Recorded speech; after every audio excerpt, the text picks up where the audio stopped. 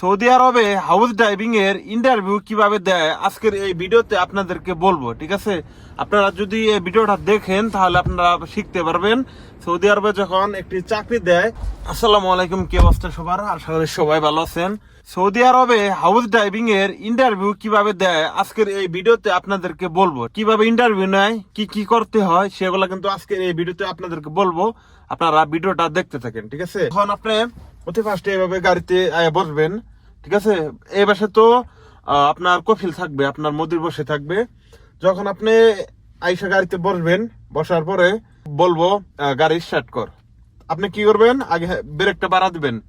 ব্রেকটা বাড়া দিয়ে তারপর স্টার্টিং একটু নাড়া দিবেন, দেখবেন যে স্টার্টিং লক আছে কিনা। তারপর যদি পুশ স্টার্ট থাকে তাহলে এইভাবে চাপ দিলে স্টার্ট হবে, আর যদি পুশ স্টার্ট না থাকে তাহলে চাপ দিয়ে স্টার্ট করতে হবে। যেহেতু আমারটা পুশ স্টার্ট, আমি এখানে চাপ দিব, যে গাড়িটা স্টার্ট করলাম। ঠিক আছে, আরেকটা কথা, সৌদি আরবে কিন্তু আপনার তেল মোবিল চেক করতে হবে না। বাংলাদেশে যখন চাকরি দেয় তেল মোবিল চেক করতে হয়, এগুলা কিন্তু এই দেশে করতে হবে না। আপনাদেরকে সেটা আগে বলে রাখি। তারপরে হইতেছে আপনি অবশ্যই গাড়িটা স্টার্ট করবেন। স্টার্ট করার আগে কিংবা পরে আগে এই যে সিট বেল্ট, ঠিক আছে, সিট বেল্টটা আগে পরবেন। সিট বেল্টটা লাগাবেন।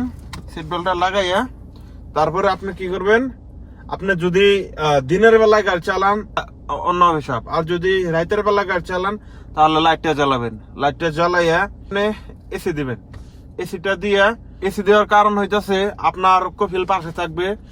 তারা তো সৌদিয়ান, তো তারা মনে করেন যে তারা কিন্তু করে না। ঠিক আছে, গরম সহ্য করতে পারবো না, আপনার সবসময় এসি চালাইতে হইব, আপনার ঠান্ডা লাগুক আর না লাগুক যাই হোক।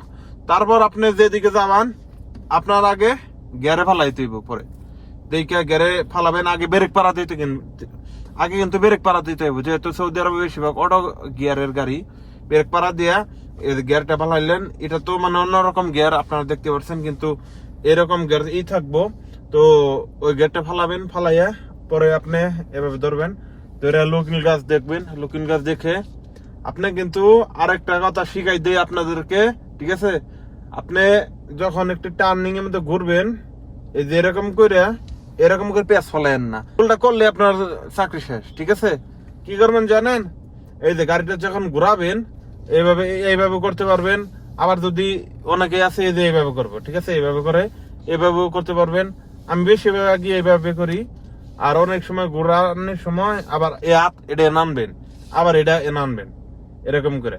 আবার যখন এই দিক ঘুরাবেন, এদিকে ঘুরাইয়া আবার এইদিকে এইভাবে ঘুরাবেন। ঠিক আছে, তো যাই হোক, তো এইভাবে কিন্তু ইন্টারভিউ নিব আপনার। আপনি ইন্ডিকেটর দিতেছেন কিনা, তারপর আপনি মানে তেল মোবিল চেক করতে হবে না, আপনার গাড়ি চালানোর যে এখানেকার অভিজ্ঞতা, ঠিক আছে, কি কি করতে হবে এখানে, এগুলা কিন্তু সে দেখবো।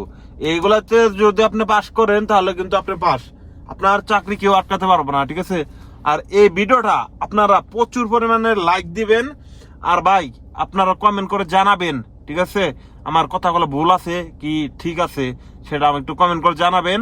আর আমার চ্যানেলটাকে সাবস্ক্রাইব করবেন, ফেসবুকে ফলো করবেন। আর এই ভিডিওটা ভাই আপনাদের কাছে একটা অনুরোধ, সৌদি আরবে যারা আসতে চাইতেছেন ড্রাইভিং বিষয়ে নতুন অবস্থায়, তাদেরকে এই ভিডিওটা শেয়ার করে দিবেন।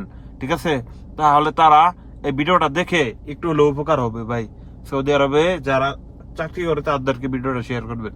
ভাই ভালো থাকবেন। ভিডিওটা দেখার জন্য আপনাকে অসংখ্য ধন্যবাদ।